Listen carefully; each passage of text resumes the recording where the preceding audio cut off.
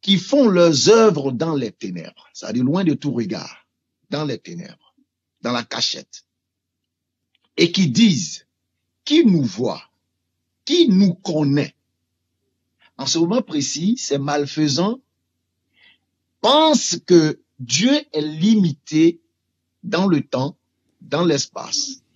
Ils pensent que Dieu ne voit pas une œuvre qui s'est faite entre quatre murs. Ils pensent que Dieu ne peut pas voir une œuvre qui s'est faite dans l'obscurité totale. Alors le verset 16 maintenant dit, cette attitude est une perversité. Le potier doit-il être considéré comme l'argile? C'est-à-dire, comment pouvez-vous mettre Dieu dans la dimension de l'homme, c'est-à-dire le limiter dans la dimension humaine, en pensant qu'il ne peut pas voir ce qui se passe derrière un mur? Et le texte continue, pour que l'ouvrage dise de l'ouvrier, il ne m'a point fait. Alors, si Dieu se met dans la dimension humaine, l'ouvrage dira à Dieu, c'est pas toi qui m'as fait. Tu n'as point d'intelligence. Parce que tu n'arrives même pas à percer le mystère de ce qui se passe dans le noir, derrière un mur. Est-ce que vous voyez?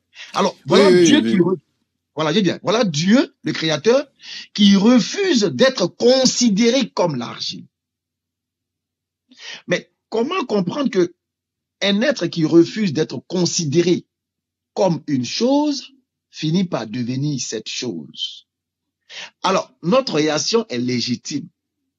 Ce Dieu qui devient de l'argile ne nous a pas créés. Ce Dieu qui devient de l'argile n'a point d'intelligence. Parce qu'il est comme nous. Ah, mais non, là, tu vas trop loin dans l'explication. Mais non, c'est pas lui, c'est le texte qui C'est le texte. Non, le texte, il dit pas ça. Non, il dit pas ça, le texte. Merci. Non, clairement, il dit pas ça. Il dit pas ça, le texte. Non, c'est de commenter. Christus, vraiment, l'explication est même plus claire que le verset. Excuse-moi, hein. Voilà, c'est, en fait, non, parce que le verset, en gros, il nous dit, du coup, là, vous faites étudier le verset. Mais le verset, il dit, en gros, qu'on ne peut rien cacher à Dieu. On peut rien Merci. cacher Pourquoi? Pourquoi, Christus? Pourquoi? Parce qu'il est omniscient, omnipotent. C'est déjà ça. Est-ce qu'il est comme l'homme? Et que le simple fait de se dire, je peux cacher quelque chose à Dieu, c'est cette pensée, et d'ailleurs il le dit, cette pensée est perverse, comme si l'argile s'élevait contre le potier, comme si la créature voulait cacher, la créature qui serait l'argile, dirait au potier, mais je vais te cacher mes défauts. Mais non, le potier, c'est comme si la créature voulait mettre le potier à son niveau, n'est-ce pas? C'est comme si, oui, comment dire, l'argile voulait, oui, contrôler le potier, mais c'est le potier qui contrôle tout. Attends, Oustaz, je parle tout de suite en direction. La partie qui est quand même très importante, c'est la partie où il est écrit, le potier doit-il être considéré comme de l'argile? Pour que l'ouvrage dise de l'ouvrier, il ne m'a point fait. Je pense que c'est la partie la plus importante. En fait, ici, justement, on essaie d'expliquer qu'on ne doit pas mélanger le faiseur avec ce qu'il a fait. Très bien. C'est deux dimensions différentes. La question fondamentale même, c'est celle-ci. Est-ce que Dieu qui refuse d'être considéré comme l'argile, peut-il devenir après l'argile? S'il a envie, oui. Il peut être à la fois le potier et l'argile. Alors, s'il devient l'argile, et que l'ouvrage que moi je suis dit qu'il ne m'a point fait et qu'il n'a point d'intelligence, ai-je raison ou pas? Selon Isaïe 29. Il peut être les deux en même temps. Hein, non, est-ce que j'ai raison? Si le potier devient de l'argile comme moi, est-ce que la Bible me donne le droit et la raison de lui dire qu'il ne m'a point fait et qu'il n'a point d'intelligence? Selon Isaïe 29. Ah non, il ne pourra pas dire ça. Les musulmans intelligents. Allah dit, on est doué d'intelligence, les frères. Franchement, les gars, non, c'est fort. Beaucoup pour ces versets-là. Mais là, vous avez fait dire au verset ce que ça ne disait pas. Hein, non, Christus, non, pas du tout. Nous avons dit au verset ce que le verset dit. Le verset dit qu'on ne peut rien cacher à Dieu. Et que, On est la d'accord. créature Pourquoi? ne peut pas se retourner contre le Créateur. Non, pourquoi on ne peut rien cacher à Dieu? Est-ce que Dieu doit être considéré comme l'argile? Mais c'est pas considéré comme l'argile. C'est-à-dire que Dieu a la capacité de tout. Non, on ne parle pas d'abord de la capacité de Dieu. Qu'est-ce que Dieu refuse dans le test? Est-ce que Dieu accepte qu'on le considère comme de l'argile? Mais là, vous êtes en train de parler de la créature. Est-ce que dans le test, le Créateur accepte qu'on puisse le limiter comme l'argile? Il faut le ramener dans le test. Mais attention, On ne sort pas du test. attention. Jésus n'est pas considéré comme l'argile. Non, je n'ai pas encore parlé de Jésus. On n'a pas encore parlé Non, de je n'ai Jésus. pas encore parlé de Jésus. Oui, mais bon, je vois bien votre parallèle. Hein, Non, je n'ai pas encore parlé de Jésus. Pour le moment, on n'a pas encore dit le nom de l'affaire à Jésus. l'envers. Est-ce que le Créateur accepte qu'on puisse le considérer en le limitant comme l'argile? C'est pas le sens du verset. Hein. Mais lisez le test. Ah, mais moi, attends, on va le relire. Malheur à vous qui vous faites profond de cœur pour cacher au Seigneur vos desseins. Donc là, on a vraiment cette notion comme quoi quelqu'un qui accomplit vos œuvres dans les ténèbres. À haute voix. Non, pas de commentaires. Lisez-nous, s'il vous plaît. À haute voix, s'il vous plaît. Oui, mais bon. Malheur à vous, malheur à vous qui vous faites profond de cœur pour cacher au Seigneur vos desseins, qui accomplissez vos œuvres dans les ténèbres et qui dites, qui nous voit et qui nous connaît? Cette pensée est perverse, comme si l'argile s'élevait contre le potier et si le vase disait à celui qui l'a formé, ce n'est pas toi qui m'as fait, et comme si l'ouvrage disait à l'ouvrier, tu n'as pas d'intelligence. Pourquoi l'ouvrage dit ça? Franchement, là, c'est de plus en plus limpide pour moi, hein, le verset. Voilà. Mais pourquoi le truc, c'est que en fait, là, le verset, ce qu'il dit très clairement, hein, il dit, vous, les hommes, les créatures, vous ne pouvez rien cacher au Seigneur. C'est pas possible. N'essayez même pas ne prenez pas Dieu pour un idiot. Dieu non, pas un idiot. Non, pas un idiot. Si tu n'as pas d'intelligence, et comme si l'ouvrage disait à l'ouvrier, tu n'as pas d'intelligence. Pourquoi? Tu ne vois pas les choses. Pourquoi? Parce que dans le verset 15, il a limité Dieu à l'étape de l'argile. Mais ça, c'est une image, là. Hein. Ah bon? Non, le 16, non, parce que regarde, en français, le comme, cette pensée est perverse. Cette pensée est perverse. Et donc là, il fait une comparaison. Attention, là, il fait une comparaison avec une métaphore. Comme si l'argile, comme c'est bien une comparaison. Une comparaison avec une métaphore. Donc la métaphore, elle arrive. Si l'argile s'élevait contre le potier. Et si le vase disait à celui qui l'a formé, ce n'est pas toi qui m'as fait. Pourquoi? Donc là, on est sur un effet de style, de comparaison avec une métaphore. Christus, pourquoi l'argile se met dans cette disposition? L'argile se croit plus intelligent que le potier. Non. L'argile considère Dieu comme lui. C'est pourquoi il le limite dans son champ d'action, en disant qu'il ne peut pas le voir poser des actions dans les ténèbres. Non, alors Dieu dit, non, j'arrive maintenant, Dieu dit, parce qu'il dit s'élever contre le potier, c'est-à-dire que oui, il s'élevait en quoi faisant? En amenant Dieu à être limité. C'est-à-dire, moi, je pose une action je pose un péché dans l'obscurité. Et je me dis, Dieu peut pas me voir. Parce qu'en réalité, dans l'obscurité, aucun être humain ne peut percevoir ce que je commets comme méfait dans l'obscurité. Aucun homme ne peut savoir ce que je suis en train de faire entre quatre murs comme désobéissance. Alors, le malfaisant, lui pense que Dieu est comme un homme, impossible de voir derrière un mur. Et exactement. Dieu maintenant vient rattraper la balle au bon en disant que cette pensée est une pensée perverse. Parce que le potier ne doit pas être considéré, ni même estimé comme l'argile. Parce que s'il est considéré comme l'argile, ou bien s'il devenait l'argile, l'argile dira au potier, tu ne peux pas m'écrier. Tu es limité comme moi, tu es comme moi. Tu n'as point d'intelligence pour pouvoir moi m'écrier. Nous sommes pareils. Alors, le potier qui refuse d'être considéré comme l'argile, est-ce qu'il peut encore lui-même devenir l'argile? Mais il dit pas ça, le verset. Hein. Tu le tords, hein. Tu le tords, je suis désolé. Mais non, mais je suis désolé. Je suis désolé, tu le tords. Hein. Ben, donnez Quelle votre compréhension. perversité, quelle perversité est la vôtre? Quelle perversité est la vôtre? Je peux vous faire une analyse textuelle, hein, Non, je lis le texte. Je lis le texte. Malheur à ceux qui cachent leurs desseins pour les dérober à l'Éternel. Voilà. Qui font leurs œuvres dans les ténèbres. Oui, on est d'accord. Et qui disent, en posant les œuvres dans les ténèbres, voilà ce qu'ils disent pour se réconforter. Qui nous voit? Qui nous connaît?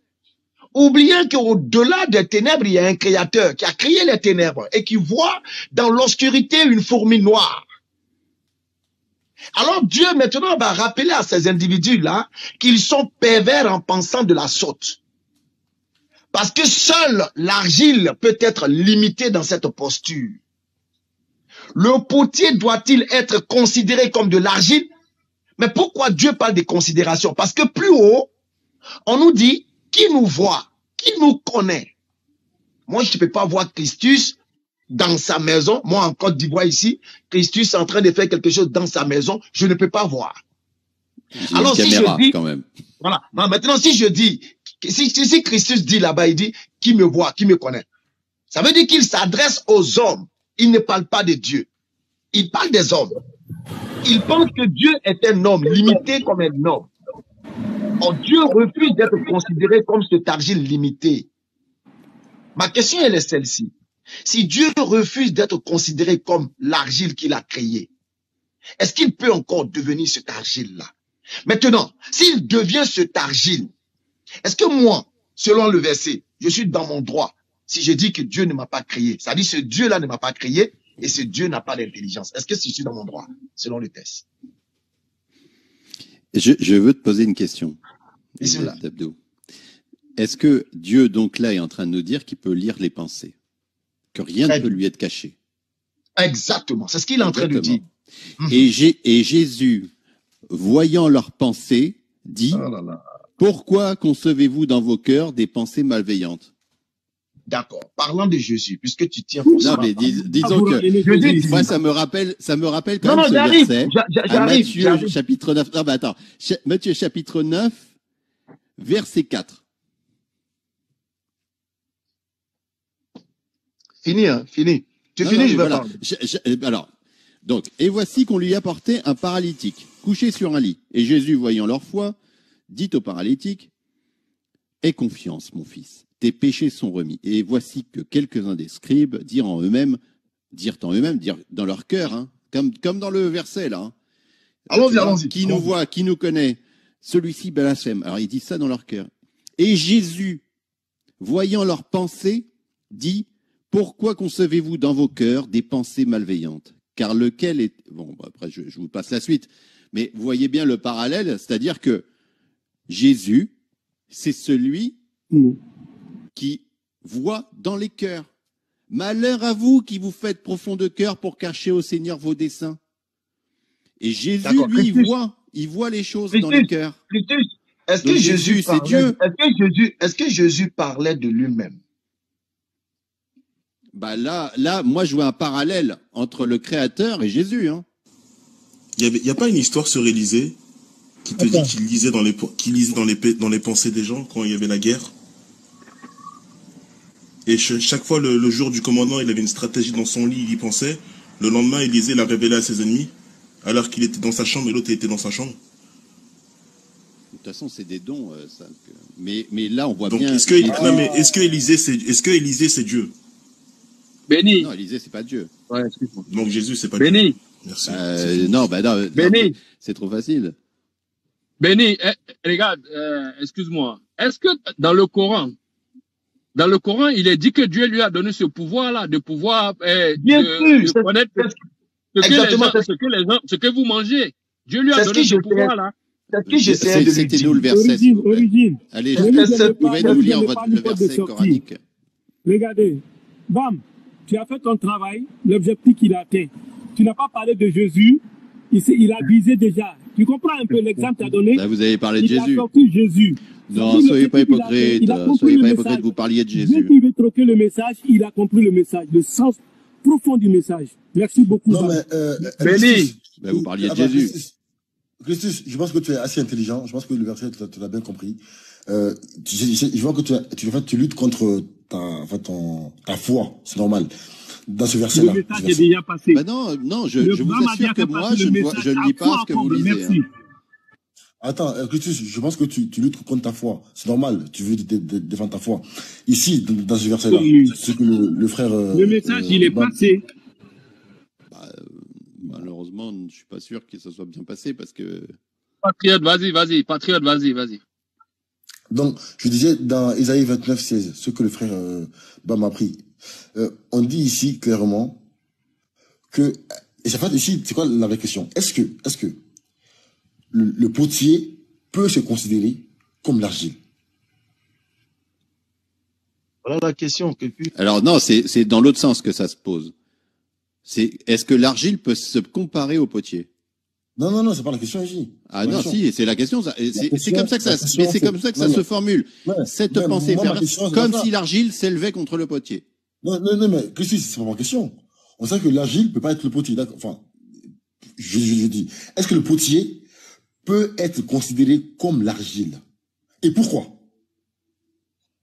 Il est rien dit par rapport à ça dans ce verset. Bah si. Attends, regarde. Non, il n'y a pas l'interjection. Enfin, il y a pas le. C'est pas bijectif. La proposition, elle n'est pas bijective là. Hein. Bah attends, excuse-moi, elle est injective. Je veux dire ici, regarde. Elle n'est pas bijective. Ça ne fonctionne pas dans les deux sens. Ça fonctionne dans un sens. Justement. Elle est formulée dans un sens, mais pas dans l'autre. Hein. L'autre sens, c'est vous qui le rajoutez. Bah justement, ici, que des versets. Le verset dit, le potier doit-il être considéré comme de l'argile? Après, la réponse est là, dans la phrase suivante. On dit, pour que l'ouvrage dise de l'ouvrier, il ne m'a point fait. En fait, ici, le potier refuse d'accepter le titre de l'argile. Pourquoi? Excuse-moi, mais non, je ne lis pas ça. Mais est-ce que vous le lisez? C'est ce qu'il écrit, mon frère. Non, c'est l'inverse qui est dit. C'est dit... Non, mais désolé, je veux pas juste être en contradiction avec vous, juste pour être contradiction, parce que j'aime pas ça. J'essaye d'être honnête dans ma réflexion aussi. Mais il est dit que cette pensée est perverse, comme si l'argile s'élevait contre le potier. Donc là, on voit bien que c'est du bas qui voudrait se comparer au haut. Et si le vase disait à celui qui l'a formé, donc encore une fois, c'est le bas qui veut se comparer au haut, ce n'est pas toi qui m'as fait. Et comme si l'ouvrage disait à l'ouvrier, tu n'as pas d'intelligence. Et donc, en fait, c'est toujours le bas qui essaye toujours de s'élever de lui-même pour être supérieur au haut. Mais il n'y a rien de dit sur l'inverse. Il n'y a pas quelque chose qui est dit du haut qui ne peut pas aller vers le bas. Christus, c'est quoi la perversité dans le texte? La perversité, c'est que ce qui ne vaut rien, ce qui est issu, enfin la créature, hein, on va simplifier en disant la créature. Ce qui est pervers, c'est que la créature, en fait, elle doit tout au potier. Et que elle bénéficie de l'intelligence du potier. Et que ne serait-ce même que d'essayer de se mettre au niveau du potier, ça n'a pas de sens. Parce que, non. La créature, elle obtient tout du potier. La créature, en disant, qui me voit, qui me connaît, là, met le potier dans quelle position? Quand la créature dit, en faisant son forfait, qui me voit, qui me connaît, il met le potier dans quelle position? Il le met comme si, en gros, ça pouvait être caché. Et en fait, en réalité, mais parce qu'après, c'est une comparaison. En réalité. Non. Il met le potier dans quelle posture? Quand il dit qui me voit, qui me connaît. Il considère le potier comme quoi? Comme idiot. Comme quelqu'un qui ne voit pas. Non, est-ce que c'est écrit idiot? À la fin, tu n'as pas d'intelligence. Non, est-ce que c'est écrit? Non, avant la fin. Avant la fin. Lorsqu'il dit qui me voit, qui me connaît. Voilà, non, quand il dit qui me voit, qui me connaît, il considère le potier comment? Dieu ou homme? Non, il le considère comme effectivement moins que ce qu'il est, en tout cas. C'est-à-dire comme un homme. Emploie le mot. C'est pas écrit ça. C'est écrit que, en gros, non, mais c'est vrai, c'est pas écrit ça. Je suis désolé. On dit le potier doit-il être considéré comme l'argile? Qui est l'argile? Mais le potier n'est pas considéré comme l'argile. À aucun moment, Non, non, le potier est considéré comme l'argile. Non, c'est une question. Le verset dit, le potier doit-il être considéré comme de l'argile? Point d'interrogation. Après les propos de l'homme au verset 15, au verset 16, dans ma version, Louis II, on nous dit, le potier doit-il être considéré comme de l'argile? Donc, il est clair que dans le verset 15, l'homme considère le potier comme de l'argile, en disant, qui me voit, qui me connaît. Attends, parce que là, moi, j'ai pas du tout cette version-là. Hein. Bon, ouvre alors Louis II. Attends, Louis II. Attends, non, mais ouais, mais Louis II, c'est une version protestante complètement dénaturée. Ah ben toi, tu es catholique et tu es. Alors attends, j'essaie de. Attends, tu veux que j'en reprenne d'autres? Attends, je vais reprendre une autre. C'est ça qui est le problème dans l'affaire des Bibles là. C'est ça qui est le problème. Faut chercher la Bible qui correspond à la personne. C'est ça on vous dit. Bah, écoute, moi, je peux te la. Enfin, après, j'ai la version en latin aussi, mais qui est Moi, beaucoup si tu plus... quittes le fauteuil, regarde, Christus, si tu quittes le fauteuil, il y a un autre chrétien qui vient, on est obligé de changer de Bible. C'est ça qui est dans la toujours les catholiques. Ouais, mais je ne vous conseille pas la Louis II, hein, si vous voulez parler de la Bible. S'il te plaît, il faut répéter. Répète ça, s'il te plaît. Bah, je vous conseille pas la Louis II parce que c'est une Bible d'hérétique. Hein.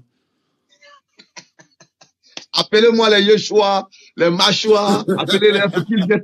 Non mais, frère Ostaz, je comprends mieux pourquoi les Yeshua disent qu'ils vont en enfer. C'est pour ça. C'est pour ça qu'ils disent qu'ils vont en enfer, parce que voilà. Non, mais bref, moi, la version traduite, qui serait pas du grec et qui serait pas de l'hébreu, ben c'est la Vulgate en latin, hein, donc parce que tout est issu après de la Vulgate en latin. Mais moi je vois pas ce que. Ouais.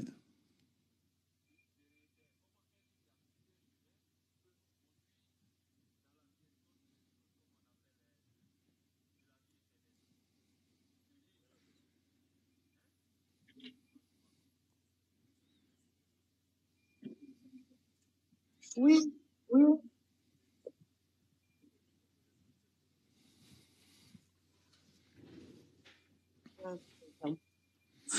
En tout cas, merci les élèves d'Addou, c'était intéressant ton verset.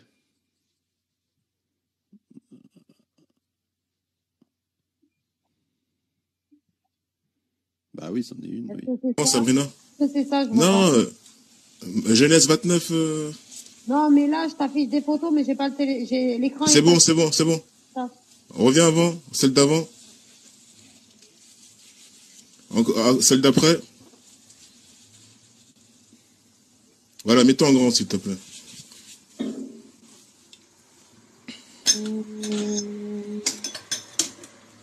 Alors, comment je me mets en grand déjà? Je clique sur moi. Ouais, et carré. Vous voulez défendre la Louis II? Vous voulez défendre les hérétiques? Non, je veux savoir. Christus, parmi la Louis II, la Martin et la Darby, tu prends laquelle? Bah, zéro, aucune. Ok, d'accord.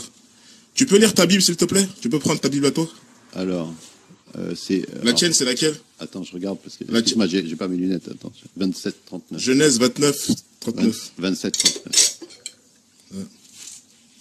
Bien. Quand tu finis, tu me passes la parole. Comme Christus, il est catholique. Et Isaac, en étant touché, lui dit, votre bénédiction sera dans la graisse de la terre et dans la rosée du ciel qui vient d'en haut. Et qu'est-ce que tu veux? On a un problème, Christus. La Vulgate a dit le contraire. Bah, motus Isaac dixit adeum in pinguedine terre et in rore celi de super erit benedictio tua. Elle est privée ou pas privée de la bénédiction? Privée? Ouais. Bah, elle a pas l'air d'être privée dans la Vulgate. Ah bah, je sais pas, on a un problème, mon ami, là. Privé. Dans la Vulgate, c'est écrit privé, hein. Ouais. On est plus proche de Louis II que dans... Ah, si. Mais attends, je le vois pas. Eh bah, on va prendre la Torah, alors, si c'est que ça. Pas les textes massorétiques, par contre. Ah, les mecs, si on commence à prendre pas ça. Non, mais les textes massorétiques... c'est compliqué. Christus, tu acceptes la Bible de Jérusalem? Est-ce que Oui, tu oui, acceptes la Bible? oui, la Ok. Bible de Jérusalem. Ok, Mais oui, donc nous mais allons lire la Bible de Jérusalem avec votre permission. Ésaïe chapitre 29, verset 15 à 16. Malheur à ceux qui se terrent pour dissimuler à Yahweh leurs desseins, qui trament dans les ténèbres leurs actions et disent, qui nous voit, qui nous connaît, quelle perversité. Le potier ressemble-t-il à l'argile pour qu'une œuvre ose dire à celui qui l'a fait, il ne m'a pas fait. Et un pot à son potier, il ne sait pas travailler. Christus. Vous Oui. voyez que tout ce que je vous ai expliqué Bah, c'est se la même, retrouve c'est la dans même la Bible de chose. Jérusalem. Mais Non, c'est la j'arrive. même chose, hein. C'est toujours Non, non, le bas j'arrive, qui se Christus. compare au haut, pas le haut qui J'arrive, se compare au Christus, bas. j'arrive. Tout ce que je vous ai expliqué, la Bible de Jérusalem vient de me donner raison. Tout simplement, pourquoi? Dans le verset 15, lorsque l'homme dit, qui me voit, qui me connaît, il pense que le Créateur est argile comme lui. C'est pourquoi Jérusalem Attends, dit, le potier relis ça. ressemble, comment? Ben, j'ai pas entendu que l'argile était comme le potier. Le potier ressemble-t-il à l'argile? Pourquoi? C'est-à-dire cette interrogation découle de ce que l'argile a dit au verset 15. Qui me voit? Qui me connaît? Quelle perversité! Le potier ressemble-t-il à l'argile? Alors pourquoi cette interrogation? Parce que l'argile pense que personne ne peut le voir, aucun être humain ne peut le voir. Aucun être humain ne peut le connaître lorsqu'il commet son forfait ou ses méfaits dans les ténèbres, loin de tout regard. Vous voyez? Alors la Bible vous dit que l'Éternel ne ressemble pas à l'argile. Donc, comment l'être suprême qui refuse de ressembler, d'être considéré comme l'argile, peut-il encore devenir cet argile? Et en devenant cet argile, est-ce que si moi, musulman, je dis à cet argile, ce Dieu devenu argile, tu ne m'as pas fait, tu n'as pas d'intelligence, est-ce que j'ai raison ou pas? La Bible dit oui, béni, tu as raison. Parce que si l'argile devient comme toi ou qu'il te ressemble, il est clair que il n'a point d'intelligence et il ne peut pas te créer. Parce que nous sommes même chose. Voilà ce que le texte dit que vous refusez. Et le texte dit ça. Ah là là. Mais non, mais je suis désolé, les élèves d'Abdou, tu vas trop loin, toi, dans ton... En fait, je comprends, ça peut être une lecture, peut-être 3e degré ou un truc comme ça, mais là, le texte dit pas clairement ça, ce que tu dis. Enfin, je sais pas, moi, c'est pour moi... pourtant, je pense pas être mauvais en français, là. Mais même dans la version en latin, je vois pas ça. Hein. Bah là, c'est Jérusalem, je viens de lire. Hein. Donc, là, oui, non, mais je ne vois pas comment dire. Je ne vois pas le mouvement inverse. Je vois l'argile qui essaye d'être au niveau du potier. Mais il n'y a pas de parole du potier qui pourrait pas, non, l'argile essaie plutôt de rabaisser. L'argile essaie de rabaisser le potier. Bah, pas vraiment, non. Voilà, il essaie de mettre le potier à son niveau en pensant que le potier ne peut pas le voir dans les ténèbres. Ben, écoute, pour moi, non, c'est pas dans le texte. Est-ce que toi, t'as quelque chose qui dit que l'argile essaie de rabaisser le potier? Parce que moi, c'est écrit l'inverse. Il dit si l'argile s'élevait contre le potier. Donc ça veut dire qu'il se met au même niveau. Il s'élève contre le potier en quoi disant? Il s'élève contre le potier en quoi disant? Et si le vase disait à celui qui l'a formé, ce n'est pas toi qui m'as fait. Non, avant ça, qu'est-ce qu'il a dit? Cette pensée est perverse, comme si l'argile s'élevait contre le potier, et si le vase... Voilà, la pensée perverse là, c'est cette pensée perverse là, qui fait qu'il se lève au-dessus du potier en pensant que le potier et lui sont même chose. C'est-à-dire, le potier là, il est homme comme moi, donc il ne peut pas voir ce que moi je fais dans les ténèbres. C'est ce que le texte essaie de dire. Ok, en tout cas, moi j'ai d'autres références. Apparemment, dans les exégèses, ils renvoient à d'autres il renvoie à d'autres livres, dans Jérémie 18:6 et l'Ecclésiaste 33:13 aussi. Bon, après, il faudra aller voir. Ici, l'argile figure les princes de Juda. Et Dieu lui-même est le potier. Donc, en fait, dans l'exégèse, il dit l'argile, ici, présent, figure les princes de Juda. Et Dieu lui-même est le potier. L'argile voudrait se passer de lui et ose se croire pratiquement, du moins, supérieur à lui. Voilà. Donc, les princes de Juda, en gros, c'est les princes de Juda qui s'élèvent et qui se prennent plus haut que Dieu, quoi. Et la Bible français courant, tu l'acceptes? Je sais pas. Enfin, non, mais bon. Catholique moi, je suis catholique. Oui. Non, ça c'est catholique français courant. Ah, bah, très bien. Bah oui, je connais. Donc, pas. on lit alors. On lit. Quel malheur de voir que les gens qui agissent en secret cachent leurs plans au Seigneur et trafiquent dans l'ombre. Qui peut nous voir, pense-t-il, et savoir ce que nous faisons? Point d'interrogation. Verset 16. Quelle absurdité que la vôtre. Mettre sur le même plan l'argile et le potier. Est-ce que, au fait, ce que je suis en train de t'expliquer là. C'est plus clair là, c'est plus clair, je pense. Au fait, ce que je t'explique depuis, c'est ce que le texte dit. Mais tu refuses de l'admettre. Quand il dit, qui me voit, qui me connaît, il met l'argile à son niveau. Il considère l'argile comme un être humain comme lui, limité dans le temps et l'espace. Et c'est ça la perversité. C'est ça qui est la perversité. Ok, bon, admettons, et après, en gros, qu'est-ce que d'un point de vue christologique, ça veut dire pour toi? Comment? Qu'est-ce que d'un point de vue christologique, ça veut dire pour toi, alors? Non, d'un point de vue christologique, vous ramenez tout ça pour dire, ben voilà. Ben parce que, en fait, à l'origine, c'est ça, c'est que on disait que, en gros, tu me disais que Jésus pouvait pas, enfin, en tout cas, bon, non, même pas Jésus, pas Jésus, oui. Dieu l'éternel créateur des cieux et de la terre. Oui, Dieu l'éternel ne peut pas descendre dans sa création, c'est ça que tu me dis. Voilà, s'il refuse qu'on le mette sur le même pied d'égalité que l'argile, est-ce qu'en devenant un homme, est-ce qu'il ne se met pas sur le même pied d'égalité que l'argile? Ben non. Pourquoi? Parce que, non, ils vont te dire qu'il s'est dépouillé. Dieu s'est humilié lui-même, il s'est dépouillé de lui-même. Oui, mais il reste, oui, il est dépouillé de lui-même, mais il reste avec sa dignité divine. Hein. Sa dignité n'est pas, oui, il est toujours aussi digne, hein, par contre. D'accord. Christus, est-ce que Jésus est 100% homme et 100% Dieu? Oui. D'accord. Est-ce que Jésus, il pêche? Non. Est-ce que l'homme pêche? Oui. Est-ce que Jésus est toujours 100%? Oui. Je répète. L'homme pêche, 100% homme, il pêche. Non, si mais Jésus l'homme a capacité à pêcher, oui. Mais tous les hommes pêchent, oui. Sauf Jésus. J'arrive, Christus. Si l'homme 100% pêche, il pêche 100%. Si Jésus est 100% homme et qu'il ne pêche pas, un élément qui fait partie de l'homme. Bon, attends, il va revenir.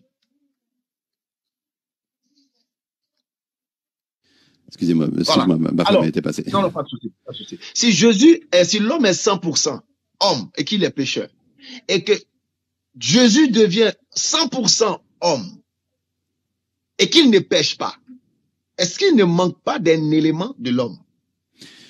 Non, parce que, en fait, ce qui est enclin au péché, en fait, les hommes, c'est la faute originelle. Ouais, ils ont en fait l'homme en fait a cette en fait l'homme est né directement pécheur. Non, non mais nous selon la théologie chrétienne, tous les hommes naissent avec le péché. Sauf 100% Jésus. moins 1. Est-ce que si on enlève 1 dans 100%, on est toujours dans 100%? Non, mais bon, ok, si tu veux, écoute, il y en a deux qui n'ont pas le péché originel. Voilà, il faudrait qu'on soit quand même réaliste et logique avec nous-mêmes. Quand on dit que quelque chose est 100%, rien ne doit manquer. Oui, mais ça n'enlève pas sa nature humaine. Parce que, est-ce que Adam est-ce que Adam est 100% homme aussi? Bien sûr, il est 100% homme. Oui, mais Jésus il s'incarne comme un nouvel Adam. Ok. Est-ce qu'il est 100% homme? Oui. Est-ce qu'il est 100% homme, il pêche? Est-ce que 100% homme, il pêche? Ben, tous les hommes après Adam étaient nés avec un péché, oui, originel. Je reformule, je parle de Jésus là maintenant. Est-ce que Jésus 100% homme, il pêche? Ben non, il peut pas pécher. Donc, est-ce qu'il est encore 100% homme? Mais oui, il est comme Adam. Mais tu dis que Adam est 100% homme. C'est absurde. Mais non, mais il est comme Adam. C'est pas une. Mais ce n'est pas le péché n'est pas un attribut humain.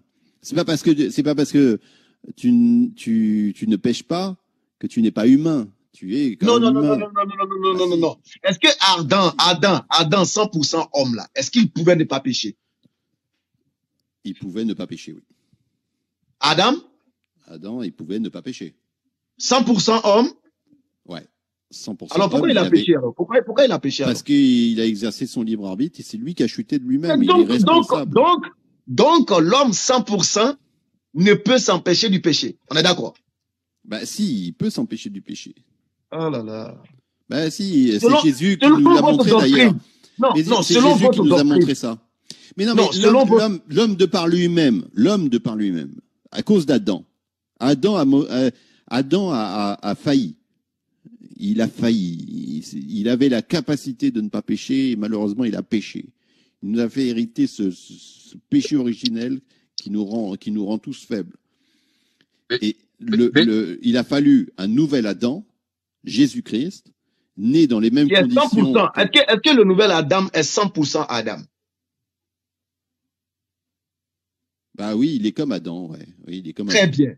Alors, s'il est comme Adam, et que vous dites que Adam a péché, et nous tous issus de Adam, nous sommes pécheurs, et lui, il est 100% cet être-là, est-ce que quand il manque d'un élément, est-ce qu'il est encore 100% cet être-là? Il est né homme selon ce que les hommes devaient être. Oui. Alors, quand il naît homme, selon ce que les hommes devaient être, est-il pécheur ou pas? Non. Bah non, parce que mais Okay. Adam, quand il a été créé, il n'a pas été créé pécheur. Non, quand moi je nais de Adam, est-ce que je nais pécheur? À cause du péché originel, oui. Ok. Quand Jésus-Christ naît d'une Adamite qui est Marie, est-ce qu'il naît 100% homme? Marie est préservée du péché originel. Ah bon? Oui. Marie est immaculée conception. Donc elle n'est pas 100% adamique alors? Eh bien si, mais elle a une grâce spéciale. C'est un dogme de l'Église. Marie est née sans le péché originel. Et elle a conçu un homme. Non, avant d'arriver d'abord, laissons d'abord la conception de Jésus. Parlons d'abord de Marie. Christus, là, tu vois pas l'arnaque là dans ton dogme là? Il n'y a pas d'arnaque dans mon dogme. On dirait un brouteur du Bénin. Oui, mais voilà. Qui se fait arnaquer. En fait, vous avez fabriqué toute une histoire, quoi. C'est comme ça. Vous avez fabriqué toute une histoire autour de ça. Benny, est-ce qu'après tu peux lui donner la version de l'islam? N'y croyez pas. Cette histoire-là, s'il te plaît. Benny, n'y croyez pas. Tu peux lui donner la version de l'islam sur la création de Adam et Ève, je vous le dis. Ok, il n'y a pas de souci. Au fait, Christus, qu'est-ce qu'on veut vous faire comprendre? Tant que Dieu sera 100% homme, il sera dans le péché. Tant que Dieu deviendra de l'argile, nous régnons qu'il nous ait créés. Nous régnons qu'il soit intelligent. Selon Ésaïe chapitre 29, verset 15 à 16. Si le Créateur devient un homme, nous régnons qu'il nous ait créés. Nous régnons qu'il ait de l'intelligence. Selon Ésaïe 29, verset 15 à 16. Bah, je suis malheureux pour vous. Je suis malheureux pour vous. Non, pas grave. Nous sommes heureux pour nous-mêmes. Nous sommes heureux pour nous-mêmes. Parce que quand nous prenons Ésaïe 29, 15, l'Éternel nous démontre qu'il est tellement glorieux qu'il est inadmissible de penser qu'il ressemble ou bien qu'il le considérait comme un homme. Il est trop glorieux pour cela. Donc nous, il n'y a pas de problème. Soyez malheureux, nous on est plutôt heureux de savoir que l'Éternel Dieu dit qu'on ne doit pas le considérer comme l'argile. Donc si je dis ne me considère pas comme un chien, Christus, arrête de me considérer comme un chien, l'animal chien. Et puis le lendemain matin, voilà, un chien qui rentre chez Christus, et le chien dit à Christus, Christus, c'est moi béni. C'est moi béni. Si tu veux, je te fais une niche chez moi. Tu vois comment c'est absurde, Christus. Tu vois, je te dis à la veille, ne me considère pas comme un chien. Et le lendemain, je deviens un chien, je débarque chez toi. C'est absurde. Alors, non mais toi, je te jure, toi t'es incroyable. Et les 10 000 $ là, tu les as remis en jeu ou pas?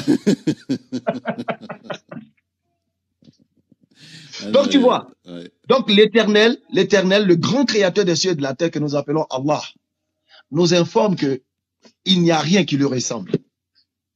Il contrôle tout sans être contrôlé. Il n'a pas besoin d'être dans la matière pour connaître ce que vit la matière.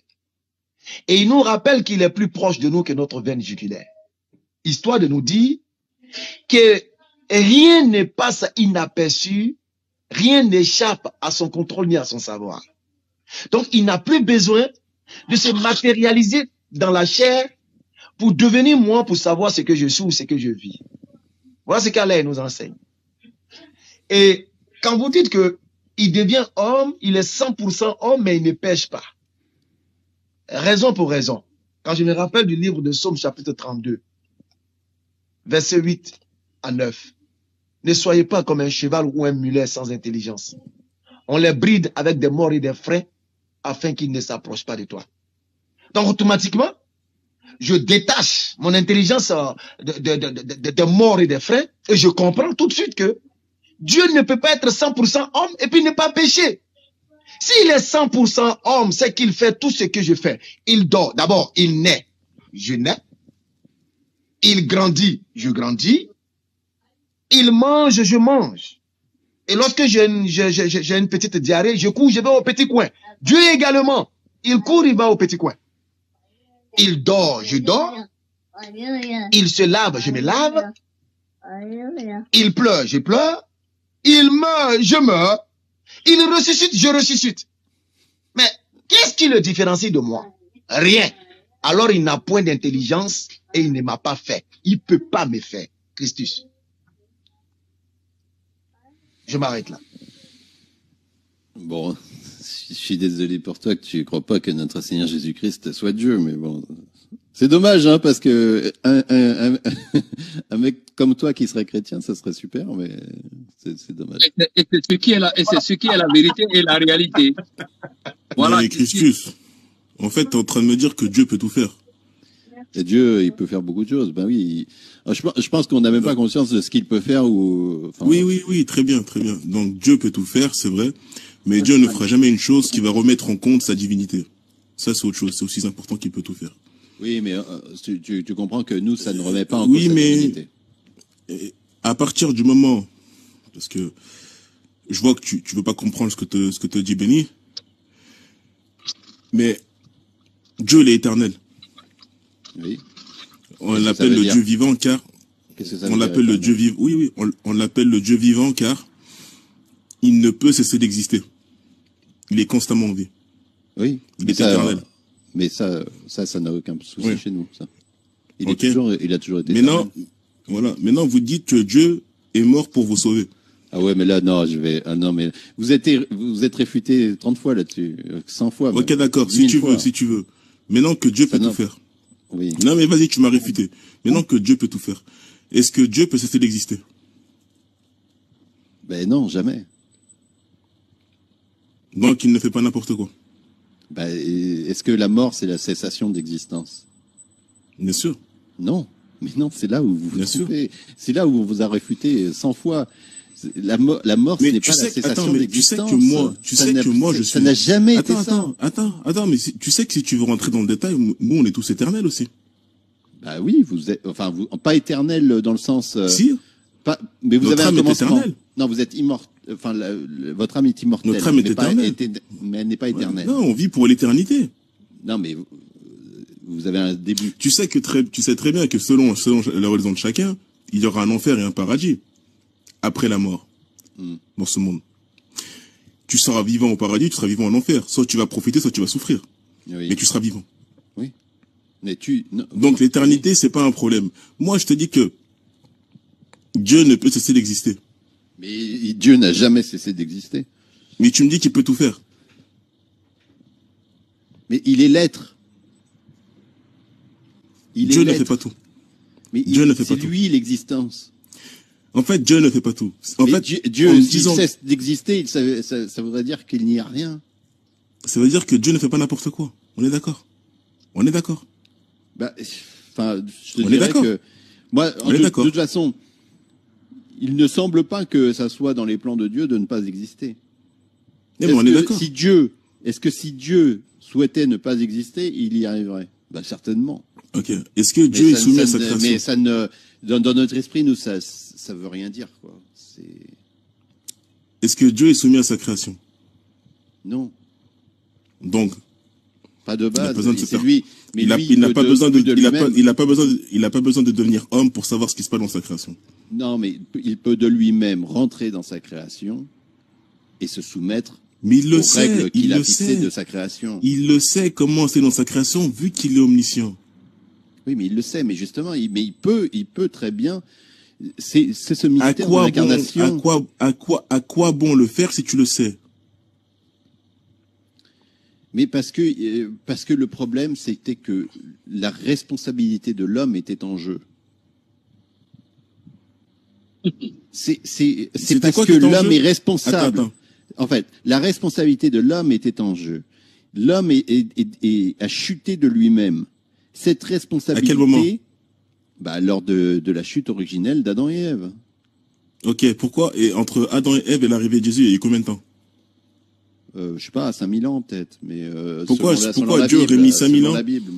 Pourquoi Dieu aurait mis 5000 ans à rectifier le tir? Bah pourquoi Dieu met autant de temps à revenir nous juger aussi? Pourquoi est-ce que ok, très bien. Ça veut dire que voilà, il n'y a pas de souci. Maintenant, on va reprendre le problème à la source. Genèse 2:17, c'est écrit quoi dessus? Concernant le péché. Qu'est-ce que tu veux que... Je sais pas, moi. Dis-moi. Bah, tu me dis qu'ils ont péché. On va aller voir s'ils ont réellement péché, les deux. Ouais, ils ont péché, oui. Ah ouais, non, ils ont pas péché. On va reparler, mais si, on va reparler de la même... Ils ont pas péché. De la même chose, ils ont pas péché. Une fois. Selon vos écrits, ils n'ont pas péché. Bah si. Non. Ils ont désobéi à Dieu. Qu'est-ce que c'est le péché? Bah oui. Le péché, c'est bien ou c'est mal? C'est mal. Est-ce que désobéir à Dieu, c'est bien ou c'est mal? Mais c'est mal. Est-ce qu'ils avaient la connaissance du bien et du mal? Mais oui. Non, ils ne l'avaient pas. Mais non, mais ça, c'est... Oui, mais bon. Ils ne l'avaient pas. Ouais, mais... Non, ah oui. Ah ouais, mais les mecs... Non, il y avait des choses à respecter. Mais non, mais attends. Bon, alors ok, d'accord. Allons-y. Parce que bon, là, c'est quand même... Donc, alors... Donc le Seigneur dit, alors à partir du verset 15, le Seigneur Dieu prit donc l'homme et le mit dans le paradis de délices, afin qu'il le cultivât et qu'il le gardât. Il lui fit aussi ce commandement, donc premier commandement que Dieu fait à des hommes. Mangez de tous les fruits des arbres du paradis, mais ne mangez point du fruit de l'arbre de la science du bien et du mal, car au même temps que vous en mangerez, vous mourrez très certainement. Ok. Donc, avant de manger ce fruit-là. Ouais, mais attends, et on va voir ce qu'a Ève, elle dit au serpent. Non, mais ça c'est la contenance, de l'arbre. Maintenant on le sait. Avant de manger ce fruit-là, ils étaient habillés comment? Ils étaient nus. Ok. Une fois qu'ils ont mangé ce fruit-là, ils se sont habillés comment?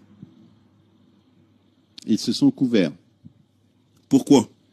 Parce que ils ont eu conscience de leur nudité. Et la nudité, c'est bien ou c'est mal en public? Bah écoute, dans leur contexte, c'était bien et c'est devenu mal. Mal pourquoi? L'histoire ne le dit pas. Parce qu'ils ont pris connaissance, dans ton verset, c'est écrit la science du bien et du mal. Oui, mais c'est quelque chose ils de ont mystérieux. Compris que être, oui. Ils ont compris que être nu, c'était pas bien, donc ils se sont couverts. Moi, je constate juste. Maintenant, étant donné qu'ils n'avaient pas la connaissance du mal, auparavant, la nudité ne les dérangeait pas. Nous sommes d'accord. Une fois qu'ils ont mangé ce fruit, ils se sont couverts, car ils étaient nus. Maintenant, je te dis là, avant de manger le fruit là, comment ils auraient pu pour savoir si désobéir à Dieu c'était bien ou mal, s'ils n'avaient pas la connaissance du bien et du mal, qu'ils n'avaient pas mangé le fruit de l'arbre? Alors, Dieu a dit à Adam, hein, il dit à Adam, parce que vous avez écouté la voix de votre femme et que vous avez mangé du fruit de l'arbre dont je vous avais défendu de manger, la terre sera maudite à cause de ce que vous avez fait, et c'est à force de travail que vous en tirerez de quoi vous nourrir pendant toute votre vie.